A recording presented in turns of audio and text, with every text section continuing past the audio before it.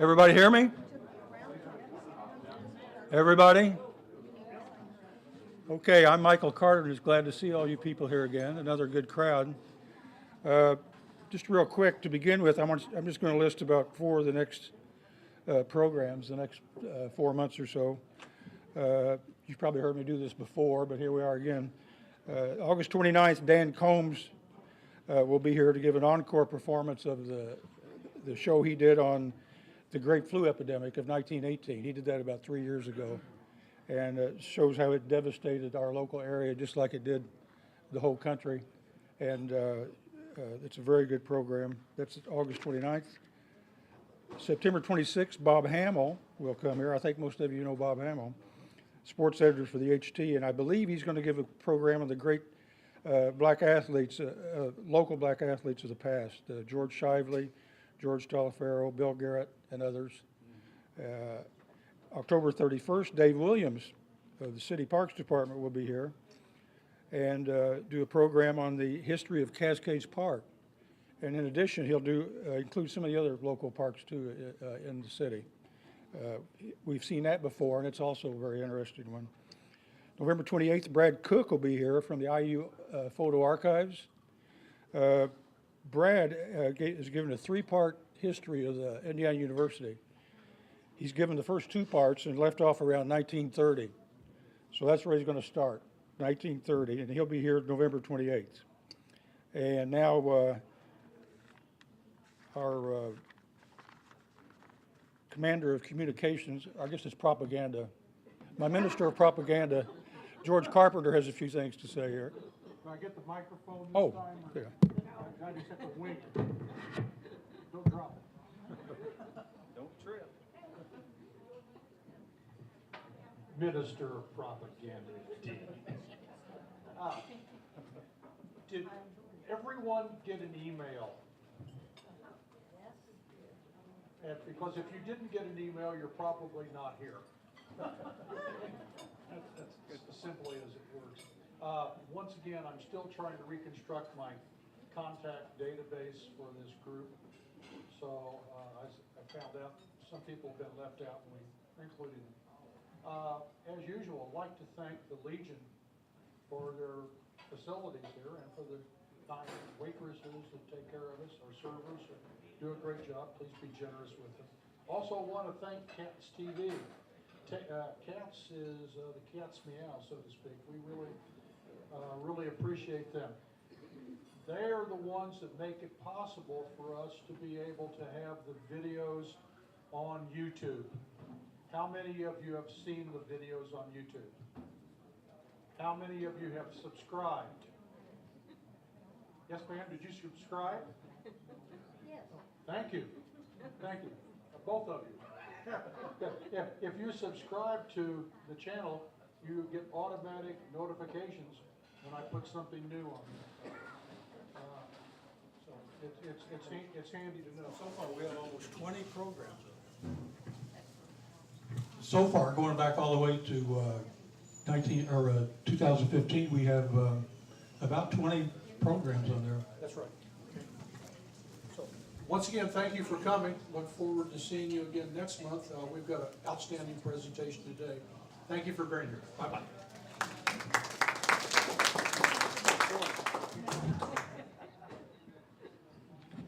One other thing I was going to mention I haven't talked about for a little while was that when we first started this venture with about 6 people, we started out just sharing things. As Marilyn remember, in Shelby, we'd bring like old newspapers, old photos, this and that, and display them, but we kind of got past that. There's not much time to do that anymore. But I would say that if anybody does have anything they want to share that they consider important for people to look at, we could easily put it up here on this table and they could look at it either before or after the programs. Today we've got Steve Rolfe as our speaker, and Steve is the head of and co-founder of the local Civil War Roundtable. Steve was here once before, April 2016, for a very good program. This one is about a cemetery, the Buskirk, or Abel, or Wampler, or Spicer Cemetery. There's a few other names too, but And even other names, which reminds me of kind of Bloomington streets. You know, some of them have like multiple names, so it's kind of like that. This one is about those cemeteries, and it demonstrates what one person can do concerning rehabilitation and preservation of a historic site. It's a repository of local history and of one person who is unique amongst almost all soldiers of the Civil War. And I'll let Steve tell you all about that story. good, because otherwise I wouldn't have anything to say. I didn't give you the whole program, did I? I think I do.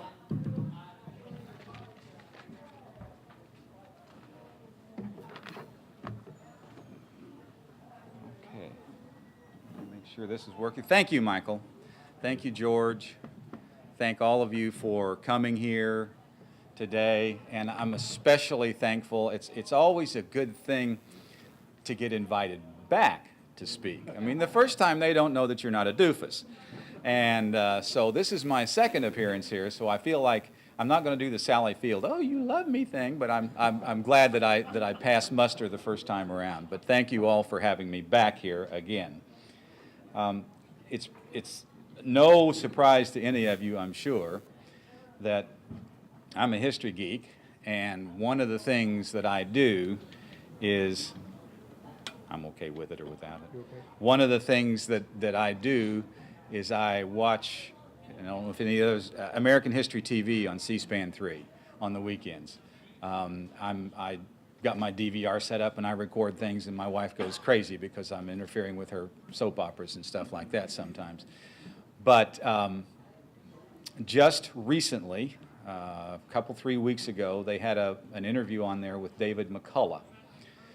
David McCullough is, I'm guessing a lot of people know who he is, but he is a historian author.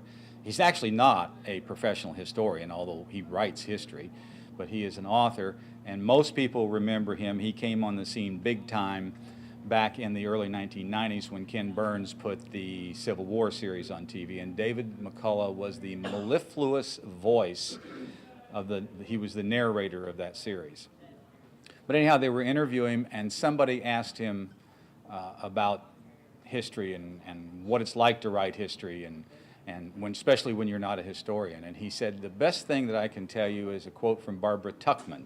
Now, I may be getting a little bit more obscure for you, but Barbara Tuchman wrote a book that won the Pulitzer Prize in 1963 called The Guns of August. It was about the beginning of, really it was about a month, the assassination of Archduke Franz Ferdinand and the beginning of World War I. And I was 15 years old, and that book captivated me. So when David McCullough mentioned her name, anyhow, what his point was that somebody asked her at one time, what is it that, how do you get inspired to write history? Why do you do this? And how hard is it? And she said, there is no trick to writing history. Just tell stories. And that's what they do. It's what I've done in the past. When I don't like, I mean, you need to know battles and dates and things if you're a Civil War geek like me. You need to know all that stuff, but it comes in time. But I like to tell the stories of the people.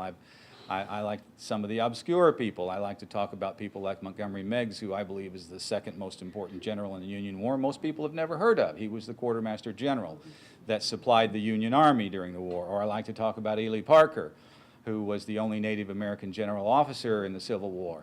He was actually on Grant's staff at Appomattox and was the person that was chosen in the end to write the surrender terms because he had the best handwriting. He was a trained lawyer. He was a Seneca Indian from upstate New York, but he was a trained lawyer. He could not be a lawyer his entire life because he was not a citizen, because he was an Indian. He was a Native American, and they would not allow him to practice law because of that.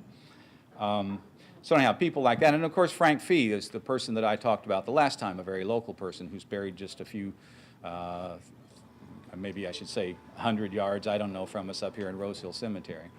But anyhow, that's what I love to do, is to tell stories about people. And that's what I intend to do today, is to tell you some stories about a cemetery, about a person who was instrumental in maintaining or rehabilitating, maybe I should say, that cemetery a few years ago, and why she did it, and that kind of thing. And the story of one of my other favorite people, and that would be Big Dave Van Buskirk, who was the largest, physically the largest soldier in the Union Army in the Civil War, and I'll get into that more in a few minutes. So anyhow, here you have the cemetery. This cemetery is sort of obscure, sort of out of the way, but I still believe that it is a Monroe County treasure. Its location, and I don't know how well you can see this, but its location is in the very northwest corner of Monroe County. If Bloomington's right here, this is basically Gosport right up in here.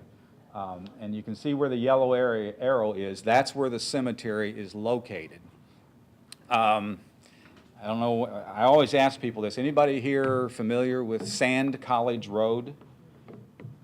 Okay, I usually get that answer. I didn't know it existed either. Sand College Road runs from what used to be off the Gosport Bridge and runs up and really connects with Wampler Road, Moon Road, down into Steinsville and everything. But it's not a very long road. But that's where this cemetery is located. And I've got to say up front, and we can talk about this later or whatever, this cemetery is not visible from the road. It's not accessible. You have to cross private property to get there. So don't go out looking for it unless you have permission, because who knows what could happen.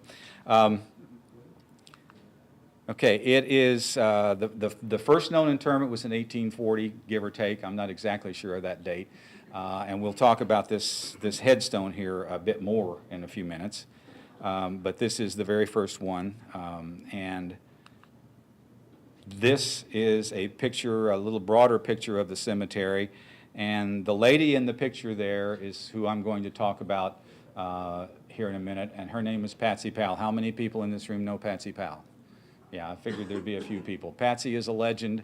Not in her own mind, in all of our minds, and unfortunately I'm hearing that she is not doing very well right now, and that's a shame because she has become a good friend of mine over the years, and I haven't talked to her or seen anything in a while.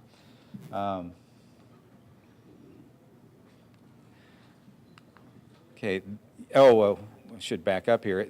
To point out, this is, by the way, a family cemetery. It's not a totally private cemetery for one family, but has several families in it, as Michael referred to a minute ago. It's not a municipal cemetery like Rose Hill or Valhalla, and it's not connected to any church or denomination. It's just a burial ground for people that lived in this area at that time. I always tell people, by the way, that if you this is so close to Morgan County, if you stand up and fall twice to the north, you're probably going to be in Morgan County. It's not very far away. And there are about 60 known graves in it. And I'm going to say it now before I forget to say it later. I brought a few handouts up here, a very few. If anybody's interested in seeing the names of the people, that this is information that Patsy came up with and gave to me years ago. The names of the people that she knows that are buried there. I've got a few copies here, and you can look at them. You can take those. There's only 4 or 5. If we run out, and give me an email or let me know and I'll get the information to you if you're interested, but they're up here on the table. Okay, some of the names, and Michael just mentioned those, some of the names that are there, Buskirk or Van Buskirk. I guess maybe I should clear that up right now. Patsy always told me, she said, when we lived out in the country, we were Van Buskirk, but when most of us moved to the city, we dropped the Van and became cityfied, and we were just Buskirks then. I don't know if that's true or not, but that's what she always said. Abel. Another name that you see prominently up there, and pardon my PowerPoint, it went haywire on me, so I have to reload the pictures every time. And Wampler, of course, this is just above the intersection, it's on a hill above the intersection of Wampler Road and Moon Road. And Dave Van Buskirk's house at that time was at that intersection, or near it anyway. And then, last name for now, Spicer. There are other names there, though, and I'll get into one of those in a few minutes and tell you about the name Byers, and you'll see why. Okay, this cemetery has, and you know, what an appropriate setting to be in the Legion here to talk about the people that have defended our country over the years. It has 2 Revolutionary War veterans in it. It has 2 veterans of the War of 1812 in it. And it has several my area, several Civil War veterans, especially some veterans of the 27th Indiana Infantry, which we'll see here in a few minutes, which was called the Monroe Grenadiers. And I'm going to talk, when I get to Big Dave, I'll talk about their service in the Civil War.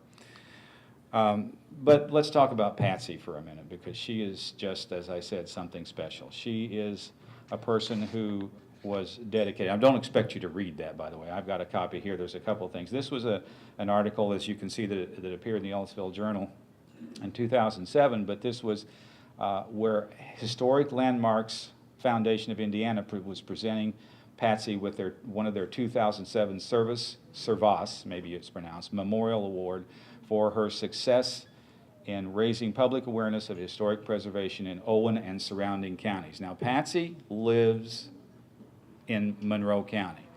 But of course, when she grew up, there was a bridge over to Gosport, and basically she was known as a Gosport resident because that's where she went to shop and everything. Well, it's hard to get to Gosport from this area right now. In going down this, they say, when Historic Landmarks Foundation presents a Service Award to an individual, they say, we look, quote, for sustained commitment to preservation advocacy. Patsy Powell is the embodiment of that phrase, sustained commitment to preservation advocacy.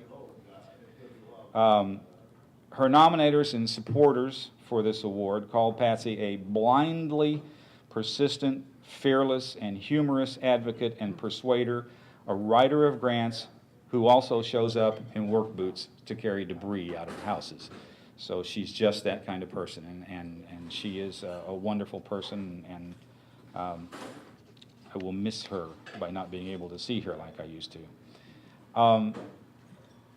And Randall Shepard, who was at that time on the Supreme Court of the state of Indiana, he says, I should point out that while Patsy is identified with preservation in Owen County at that time, because she had done some things, let's see, where's the list of things here? She had the Owen County Preservations Incorporated, projects to save and restore the Robinson, Worman, and Dyer houses, Spencer's Carnegie Library, which turned into the Owen County Heritage and Culture Center, and of course the Tivoli Theater. But he said even though she's recognized as an Owen County person, he said she works in all three counties. Anything that's historic, she goes after with a vengeance. And that's where the story of this cemetery comes up. This is her house, which is on Sand College Road. This is an 1880s farmhouse. And I've met that dog several times. It always comes out to greet you when you pull in the driveway. It's a beautiful house. It was in the family, I'm not exactly sure, and it was going to get sold outside the family, and Patsy went to her husband Marvin, who was still living at the time, and she said, we're going to buy that house. And he said, I don't want that old drafty house. What am I going to do with it? He said, we're going to buy that house. And so Marvin, of course, obeyed and bought the house, and then they spent years fixing it up. And it is something, if you'd ever get the chance to see it, it is a piece of work on the inside historically. It's full of antiques, just chock full of antique furniture. She has a Hoosier kitchen in her kitchen, if you're familiar with Hoosier kitchens. But one of the things, and of course she's got lots of memorabilia from her career as a music teacher for grade school children in Monroe County. That was her career until she retired. But one of the things that's really cool that I like there, this is supposed to be, I've never compared it, a three-quarter replica of the Lincoln bed that currently is in the White House. Why it got there, I don't think she was even sure, but anyhow, it is a really cool piece. And she has it, most of the bedrooms, of course, were upstairs. This is downstairs where anybody that comes to the house can walk around the corner and see it. Hasn't been used, I don't think, for a bed for many, many years. But let's go on to the restoration of the cemetery. When she started, when she decided to start this project, this cemetery was really, really in bad shape. And if you look here, you can see, let me get around here, you can see headstones lying on their faces here, pile of rubble here. Things were in bad shape, and this was it was true of the entire cemetery. And of course, it was her family cemetery. And she was not going to, because she is, in essence, a Van Buskirk. Marvin married Marvin and became a pal, but she's a Van Buskirk originally. And so in 2001, She just made the decision that she wanted the cemetery to be restored, maintained, fixed up, do whatever it takes to do that. And in her usual way, she decided she was not going to have anybody say no to her, that this was going to happen. And she had no idea what she was going to do, I don't think. After getting into it a little bit, she figured out, hey, this is not a do-it-yourself project. I don't know what I'm doing. I don't have the equipment, the abilities to do that. So what she did was she talked to some people, and she found out that there was a company in Connorsville, Indiana, called Graveyard Groomers. And I honestly don't know, this has been 15 years ago, so I don't know if Graveyard Groomers is still around, but at that time, they specialized in this, and we'll get into the details of everything, but it was I think a man and wife, but they had the expertise, and they would come and help her fix up for a price, and that's one of the things that Patsy did. That's where she kicked in. She donated her own money. She talked to the other people, the Spicers and the Abels and the Wamplers and all those kind of people, and got as much money out of everybody else as she could. So Graveyard Groomer came, and they were experts at gravesite locating, because if you have a gravesite that no longer has a headstone on it, maybe you don't even know where it is, they had ways both with physical ground probing and with ground penetrating radar and those kinds of things to figure out where the graves were. And go again here. And at monument locating, because the monuments get knocked over and they actually can get buried over the years, so they found a number of them and repaired them, restored them. I'll show you some of those here in just a minute. And finally, they helped her with a little bit of historical analysis, although that's not the big deal in the thing. So in 2002, they came. They located the grave sites that I was talking about. Pardon my PowerPoint. It went haywire on me the other day, and I haven't been able to fix it yet, so I have to reload things as I go here. They located many of these headstones. From what I understand, there's always the possibility of vandalism and those kinds of things, but mostly what I think damaged this was in the 1920s. I believe it was in the mid-20s. If it wasn't a tornado, it was darn close, and it came and just swept right across the hillside and really messed up a lot of the stones and a lot of the monuments in the cemetery. So, and nobody had ever really done anything about it since then. So they reset many stones and repaired, as I said, and again, I'll show you some examples here in a minute. They came and they did an interesting thing. These people come and they spend a week at a time at the place, and they bring a camper and they just camp out and they just work there all the time for the week that they're there. That's what they did. And I think she had this done 3 times at $2,000 a pop, and then we're talking 15 years ago. I'm sure it would be more today if they did that. And Patsy always told me, she says, I wish I could have brought him one more time, but I ran out of money. That's the way life is sometimes. Although I think she did wonders, they did wonders with the amount of money that they put into it. So let's look at some of the results. This is a headstone before the restoration. Doesn't look too bad, but isn't it pretty now? Nice and white and that kind of thing. This is, okay, we'll talk a little bit about this headstone here since I'm here. This is the headstone, the oldest headstone, as I mentioned, in the cemetery, and it's for Isaac, who they called Revolutionary Isaac Van Buskirk. And he died in 1840 and was buried here.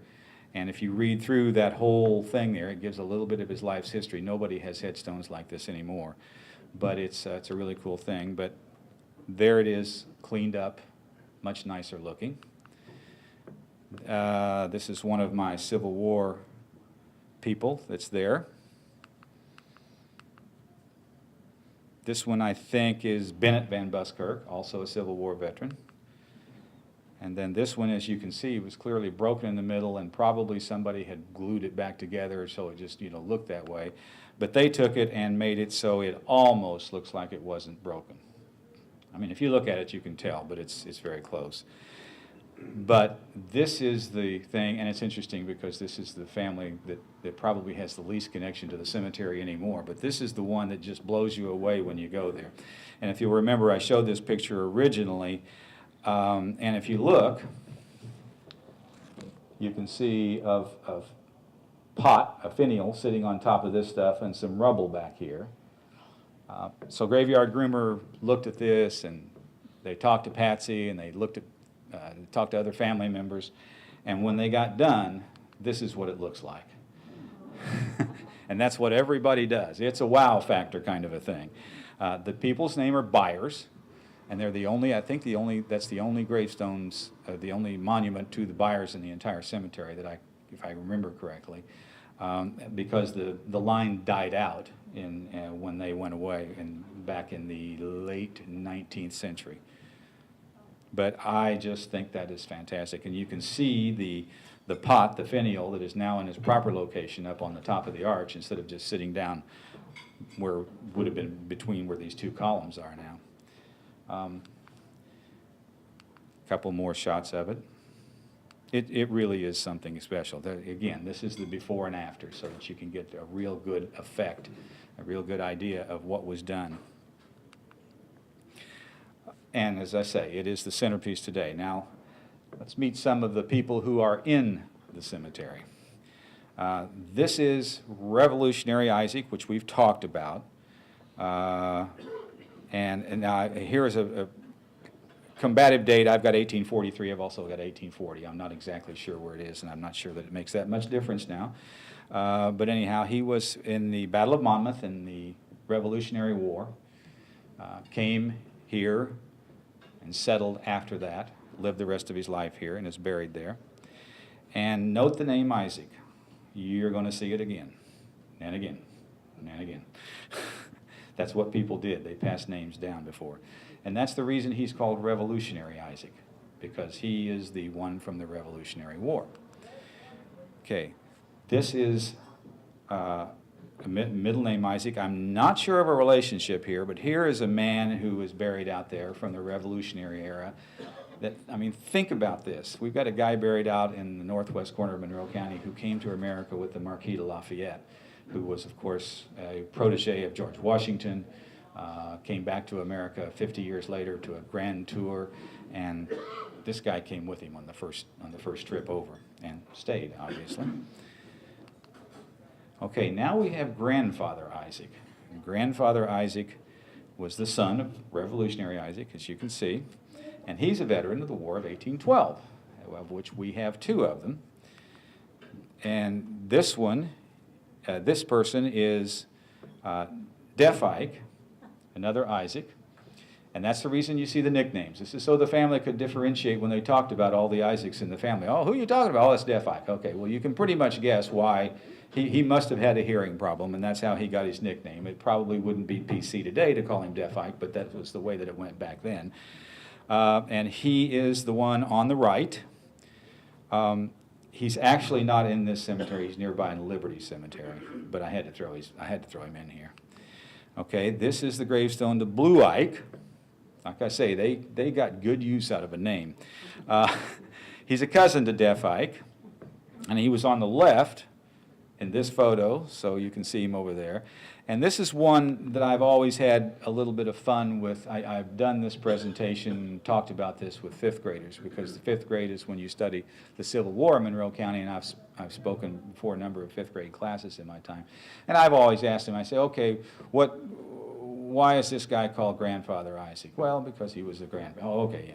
And how about this guy? Why was he called Deaf Ike? Well, he probably didn't hear very well. Yeah, that's true. But why do you think this guy was called Blue Ike?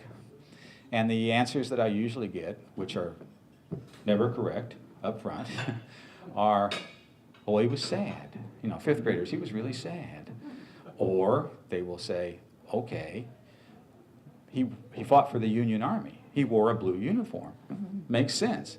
Actually, Blue Ike was Blue Ike because he was born with a very prominent, and I can't remember which cheek is on, blue birthmark on one of his cheeks. So he became Blue Ike for the rest of his life. And he is the only person that I know of that died in battle or as a result of battle. He died on May 17th, 1863. I have not researched this history, but the 27th Indiana was involved in the Battle of Chancellorsville, which was May 3rd, 1863. It was the last big thing that led up to the Gettysburg campaign in the summer of 1863. And my assumption is that he probably was wounded in some way and lingered for a couple of weeks and died as a result of that battle. I say that, I should tell you, again, back to my Civil War geekness, there were lots more deaths from disease and sickness in the Civil War than there was from battle wounds. But this sort of lines up. This one sort of lines up. Sandy Van Buskirk, you can guess what color his hair was. Again, another member of the 27th Indiana Infantry. And then this one, Theodore, and notice the spelling. If I could blow the headstone up, it is, and some of the, I think on this thing it's spelled with an O, like Theodore Roosevelt. But if you blow that headstone up, it's an A. It's Theodore. I don't know the story behind that. Obviously, lived well into the 20th century. This is Bennett that we talked about earlier. In the 115th Indiana Infantry, there were a lot of soldiers in the Civil War from the state of Indiana. Indiana contributed, depending upon who you talk to, the second or the third most as a percentage of their state population to the Union Army in the Civil War. Ahead of, I think, Pennsylvania was the only state that beat them, so ahead of New York and some of the other big. Part of that was because Indiana sort of sat out here in the middle, and they sent soldiers to the Western Theater. There were a lot of Indiana regiments at Shiloh and Fort Donelson and that kind of thing. But then they also sent, as we'll see here in a minute, they sent soldiers to the Eastern Theater too, so the Antietam, Gettysburg, with the battles with the star power in the Civil War. Those are the ones that everybody remembers. Mr. Goebel, who is a brother-in-law to Blue Ike. I mean, everybody's related up here. Joseph Wampler. And if you look at that, it says he's married to Sarah Gorda Van Buskirk, the daughter of Blue Ike. And if you know anything about the Mexican War, there was the Battle of Sarah Gorda. And I'll get into another little story that's even more like this in a minute. But it's an interesting name. Why would somebody name their child Sarah Gorda?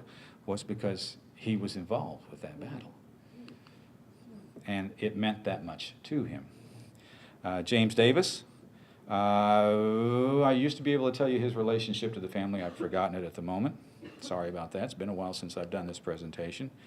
And David Evans, this was clearly the before restoration. See, he is another relative. But the star of our show, as always for me, Big Dave, Captain David Campbell Van Buskirk, who, as I said, was the largest soldier in the Union Army physically in the Civil War that anybody's ever been able to note. He was 6'10 and a half, 6'11", weighed 350 pounds when he went into the service. And as I say, he lived up at the corner of Moon and Wampler Road. He was for years called the largest soldier in the entire war. And I'll come to something in a minute that unfortunately that's not true. I don't know whether that's a thing that you want to or not. But anyhow, he weighed, as I said, 350 pounds when he went. He actually weighed more after serving in the service and being in a prison camp. And there's a story behind that when he came out of the war. This is his marker. The before is on the right here, and the after is on the left, I think. He is buried there. All three of his wives, he had 3 wives, and I'll delineate that here a bit more in a minute. They're buried, I think one of them is on the right and 2 of them are on the left, if I remember the thing. They all died. He wasn't divorcing people. He was, unfortunately, I don't know whether he was mean to them or no, I don't think so. Okay, he's right there, as you can see, the second from the right, and this is a picture, by the way, that I took from the book, Giants in the Cornfield, which is about the 27th Indiana Infantry. But you can sort of see his head sticks above the others, and look at his knees, how he's sort of scrunched up and his knees are sticking up. If he stood up, I can guarantee you he would tower over his his brothers, cousins, everybody else in the room. In the Civil War era, 6 feet was tall. And one of the ways that the 27th Indiana Infantry is remembered, during the Civil War, there was great competition to recruit regiments to go off to service in the war. Everybody had a gimmick. Well, in this case, for the 27th, they put some people in the back of a train between Indianapolis and Louisville, a Monon train. Was it Monon then? 1860? Yeah, yeah. I know he knows trains, and I don't. But anyhow, they would do stump speeches off the back of the train, so they would hit all of the, Martinsville, Bedford, Bloomington, and all the way up and down the line. And what they decided to do was they were going to recruit a regiment of soldiers who were so big that they would simply intimidate the rebels to drop their weapons and run. Okay, I'll tell you, it didn't work that way. We'll get into that in a minute. It did not work that way. I believe the figure is about 50% of the regiment was over 6 feet. Now that's a lot of people too, because a regiment, full-fledged to begin with in the Civil War, a regiment was 1,000 men, 10 companies of 100 men each. Now very quickly most regiments started dwindling down, and when we get to something else here in a minute, I can get to where they were at the height of their service. This is the monument to the 27th Indiana Infantry that's in this. Anybody here been to Gettysburg? Come on, somebody put there, yeah. If you go over, there are 7 Indiana regimental markers on the battlefield at Gettysburg and the state monument. And this one is, by the way, very near the state monument. In fact, the state monument would be just over to the right of this picture, maybe 100 yards. The others are scattered all over the battlefield because you've got the 19th Indiana, the 20th Indiana, the 7th Indiana, the 14th Indiana. See if I can do this right. The 3rd Cavalry. I'm missing one along the way someplace, but anyhow, this is to the 27th Indiana, and it's an interesting story in itself. I'm getting a little bit away from Monroe County here, but these were Monroe County people that did this, that fought here. If you look in the background, there's a tree line. They were actually facing. I would be, or when I took this picture, I would be in the forefront of where the Confederates were at a tree line on the other side of an open swale or an open field. The 13th New Jersey was to the left in this photo. The 27th Indiana was behind this monument. The 2nd Massachusetts was to the right. And interestingly enough, again, if you've been to Gettysburg, there's over 1,400 monuments on the battlefield. The 2nd Massachusetts was the first regimental marker, and it's just out of this picture on the right.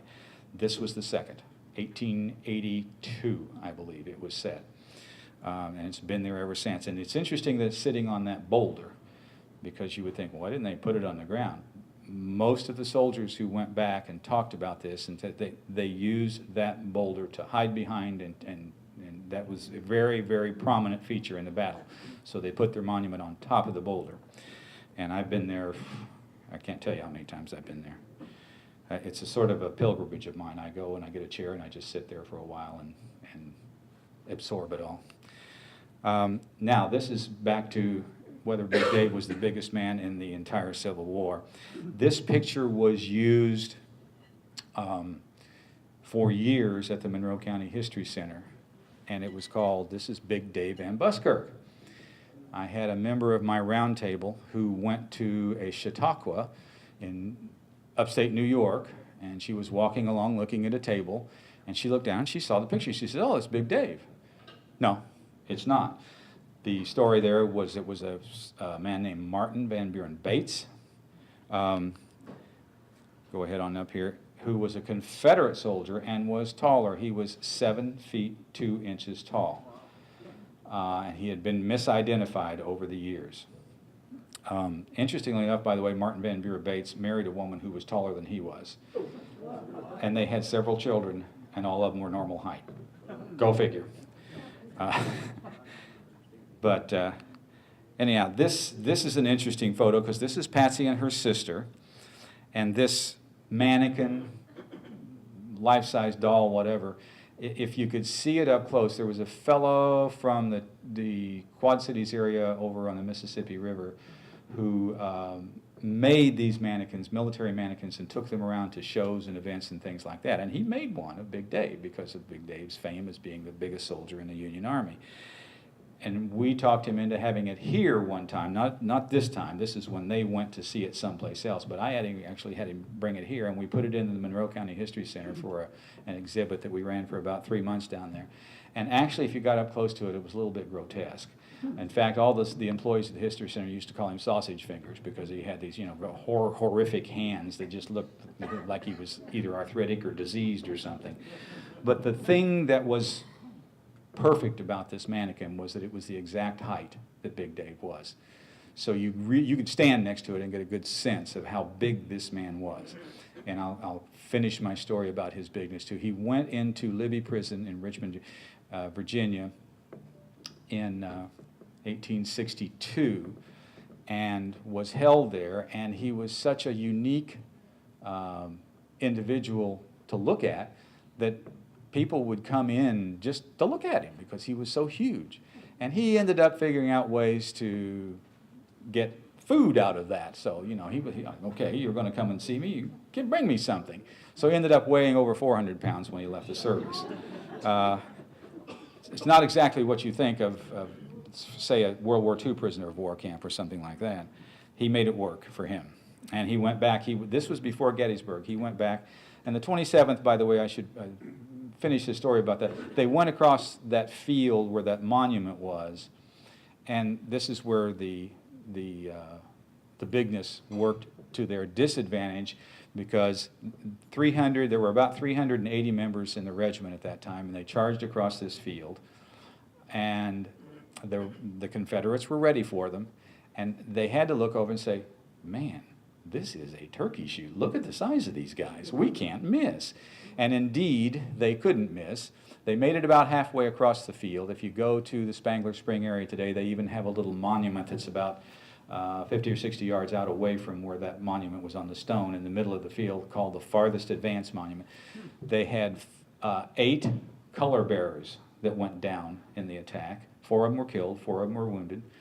If you're familiar with a color bearer, they didn't carry a weapon, they just carried a flag, which I think is sort of nutty, but it was a big honor, but they had 4 killed and 4 wounded in that attack. But they did get beat back. They did not successfully complete that. That was in the morning of July 3rd, 1863. The battle that everybody remembers on July 3rd, 1863, typically is Pickett's Charge, which happened in the afternoon. This happened very early in the morning, depending upon who you listen to. 4:30 to 6, 7 o'clock in the morning is when this started. Anyhow, this is Big Dave later in life. After he came home, and that is him, that is his picture, and you can see his size compared to the other 2 gentlemen in the photo.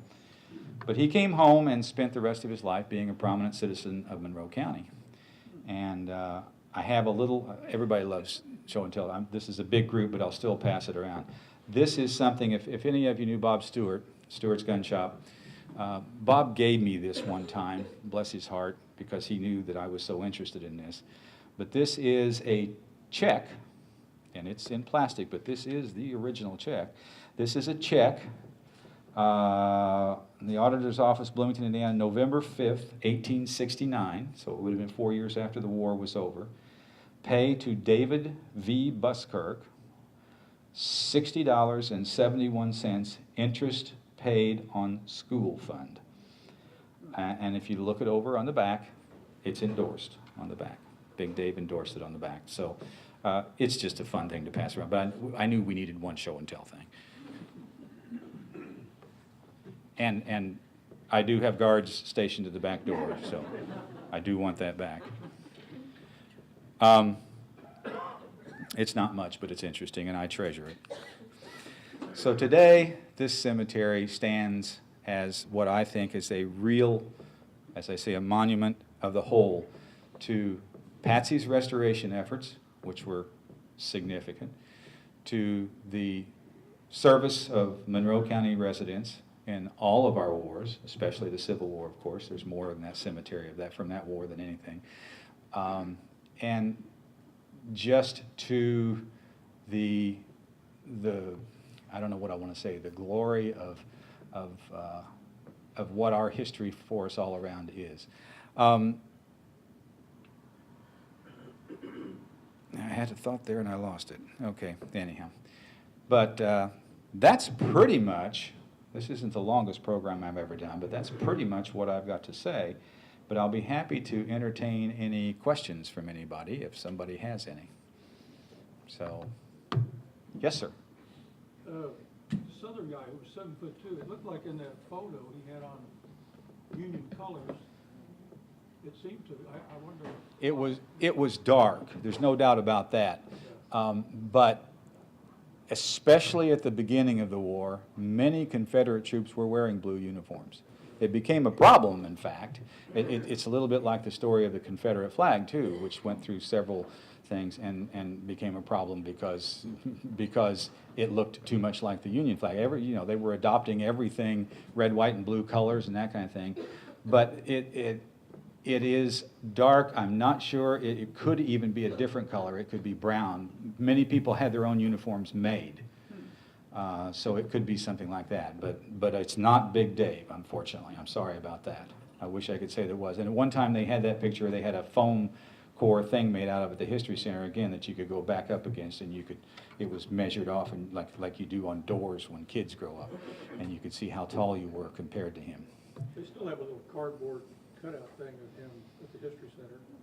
It's Part of that story, I just saw that a couple of weeks ago, part of that story about him gaining weight and yeah. the Yeah. cabin. Yeah. Well, he's just an interesting character, and he's somebody, like I say, that I stumbled across. I can remember looking at that picture, which was the wrong picture, years and years and years ago, was the thing that sort of sparked my interest in it. And then when somebody introduced me to Patsy at a point, and she, by the way, did I say this, that she is Big Dave's great-granddaughter? Sorry, I missed that along the way, didn't I? She is Big Dave's great-granddaughter. Oh, and the story that I was going to tell, we talked about Sarah Gorda. Patsy told me as she grew up, people talked about her Aunt Getty, and you might be able to see where this is going. Her Aunt Getty was Big Dave's daughter. Is that the right thing? Yeah, I think so. And she found out when she got a little older that her Aunt Getty's full name was Gettysburg. And what that tells you is how much these engagements meant to these people, what it meant in their lives, that they would name their children after a Civil War battle. I think that's just sort of incredible. I don't know that anybody would do that. This is my grandson, or this is my son Iwo Jima, or something. It just doesn't work anymore. I've got a question. Yes, sir. Where was he captured? He was captured at the First Battle of Winchester. If you're familiar with the Civil War, there were 3 significant battles of Winchester. Actually, there were a bunch more. Winchester was one of those hands, depending upon which day of the week it belonged to the Confederates or the Union. Winchester, Virginia, I'm talking about. And he was captured at the First Battle of Winchester, and he was sent to Libby Prison, which was an old warehouse, and it doesn't exist anymore, an old warehouse in downtown Richmond, Virginia, that they housed. And there were beams from that warehouse. This is another little story, but I used to be friends with the fella, and unfortunately he can't travel down from Fort Wayne much anymore. I haven't seen him in a while. But a man named Bob Willey, who actually engineered, there were a bunch of beams that were found that were from Libby Prison. And he was able to get those and donate them to a museum, as opposed to somebody who was going to buy them and have them cut up to make souvenirs out of them. So I'm glad that Bob got involved in that one. Yes, sir. How was he paroled, and then what was his service afterwards? I don't know specifically, but I'm assuming it was a prisoner exchange, because it was early enough in the war that was very common that they would have. When the Civil War started, nobody anticipated it lasting more than 2 or 3 months. So nobody was prepared for the numbers of people that they had in hospitals, the number of people they needed to keep as prisoners and that kind of thing. So they figured, well, a way to do this is we'll exchange prisoners. And there was actually a pecking order. A captain was worth 4 sergeants. I mean, if you go back, I can't remember what it all was. So I'm guessing that he was exchanged. Now, that quit, and probably U.S. Grant was the one who quit it, because they decided that a lot of these soldiers were going back, even though they signed a paper that said they would never go back and fight again, they all did. And so they finally quit that. Plus the fact, Grant said, why should we give them back anybody that can fight? That's sort of dumb. So they quit exchanging, but my guess is that he was exchanged. Yes? Two questions. Is this on findagrave.com by any chance? I don't suppose they know what to call it on there, would they? You know, that's a good question, because I've used Find a Grave a lot, and I've never looked for this because I've been so intimate and close to it here. I've never worried about looking at Find a Grave. It depends upon whether somebody took it upon themselves to put it on Find a Grave, because that's the way that works. Find a Grave is sort of like Wikipedia. You know, you can contribute to Find a Grave, and it's not something where there's people out scouring cemeteries just specifically to list people that are there. I'm sorry, I don't know the answer to that question. Maybe. Yes? Can you tell me if Jefferson Wampler is there? I'm keeping a list of Wamplers, and he was new to me, but I think he's at that cemetery. He is? Yeah. I have up here, well, I definitely have up here a list of everybody that's in that cemetery, and you can look at that. I don't remember that name, so you'll have to look at the listing and see what's there. But I've actually got two things here. One of them is the known veterans that I knew of at the time that I created this, and then a listing of everybody, approximately 60 people, family members and everything else that's in the cemetery that Patsy gave me. Yes, ma'am. Yes. Do you know how you can get a copy of the book about David and Buskirk? Are you talking about the one that I mentioned, the Giants in the Cornfield? Okay, yeah, you can go down to the Monroe County History Center and go into their gift shop. They've got one on the shelf there, I'm pretty sure, right now. I'm pretty sure it's still in print, so you might be able to get it off Amazon too. But last time I looked, they had a copy of Giants in the Cornfield down there. And of course, the name it reflects the fact that these people were so tall. As I say, it didn't work out well in the end for them. Yes? A little bit off topic, but in the preservation of the gravestones, I noticed they were looking very nice and furnished. You know, limestone deteriorates faster than granite and stuff. Are there treatments of things that can be done, or do you have any idea at all? Or? I would probably defer to Lou Malcolm at the Monroe County. She's not really an active person because she's moved out of town. She comes back once in a while. She used to be the cemetery. I've never done much cemetery restoration myself, so I can't answer that. Yes, I am concerned. I've also heard in a roundabout way that the cemetery may be sort of on a bit of a downhill thing too. I don't know where. I've been trying to contact family members and I've been unsuccessful at just seeing. For one thing, I'd just like to be able to go out there again without getting shot. That would be a cool thing. But I don't know, because her grandson built a house that's directly across from the entrance to the cemetery, and you'd have to drive up his driveway and park along the fence line across from his front door to go into the cemetery today, which I did drive up his driveway a couple of weeks ago. I took the chance, but I knocked on the door. There was nobody home, so I didn't find anybody that, and I haven't been back since. Yes, ma'am. No, well, it's probably to your point, there's a gentleman on the corner where that cemetery is, where he allowed us to go up to the pathway. So it looks like someone's still mowing it, and things like that, but some of the stones kind of look like, you know, back to the picture that you mentioned. And that doesn't surprise me. Yeah. It takes a lot of work to get it back to where it was, and it takes a lot of work to keep it that way.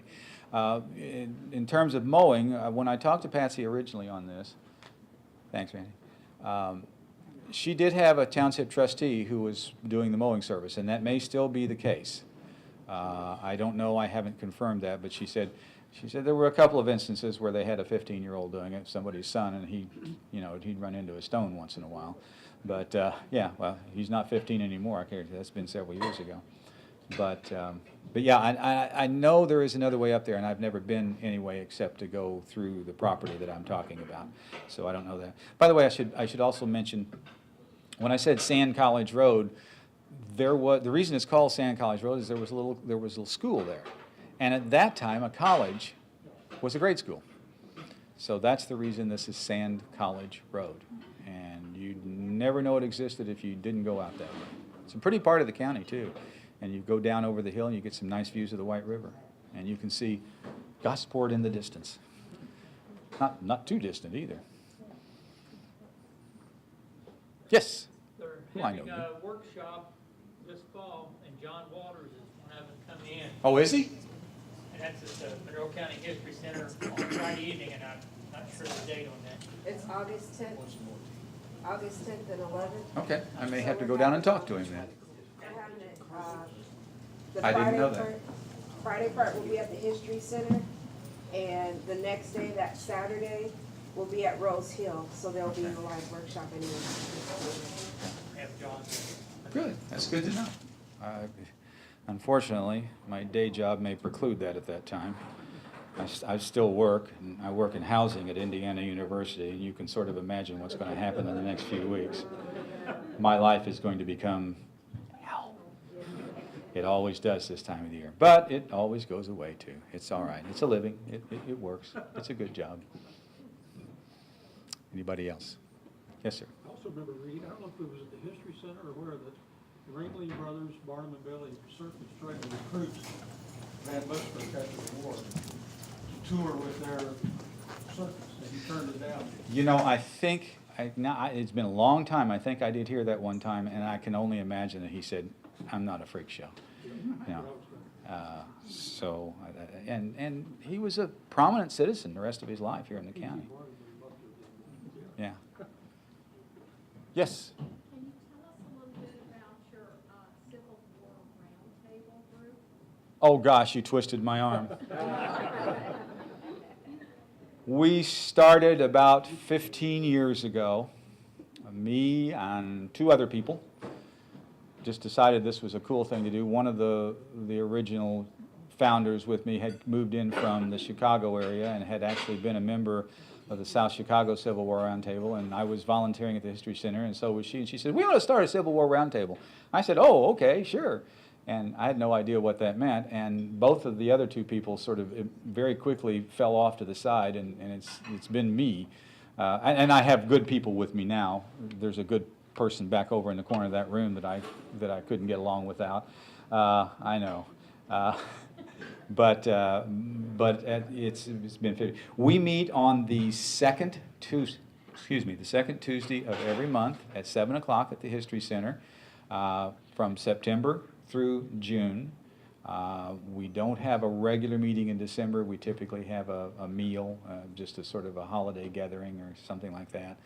But we try to have speakers from both outside, and we try hard to have our own speakers. We try to get people to do their own research or read a book or something like that. But we meet at 7 o'clock. It's free. There's no obligation. Come on down and join us. 7 o'clock, second Tuesday of every month, unless something happens. And if you're interested in information about it, I can get you our website, and I can also get you on our electronic distribution list so that you get meeting notices, and you'll see the dribble that I write in the newsletter and all that kind of stuff. Civil War is a very fun thing to do in one sense of the word. War shouldn't be fun. That's not the right way to say it. It's an interesting thing to do. I was talking to Michael before the meeting that my wife has taken me on a trip to the Outer Banks, to Nags Head, North Carolina, every June for the last 3 or 4 or 5 years. It's because of a family thing. And I go there because, and I'm not a beach person, I can guarantee you, but I go there because I have taken my wife and dragged her over every battlefield and every historic site over the years, and I owe her way, way more than one beach vacation a year. But I always have to find things to do while everybody else is on the beach. And this year I found it really interesting. If you're ever there, go to the,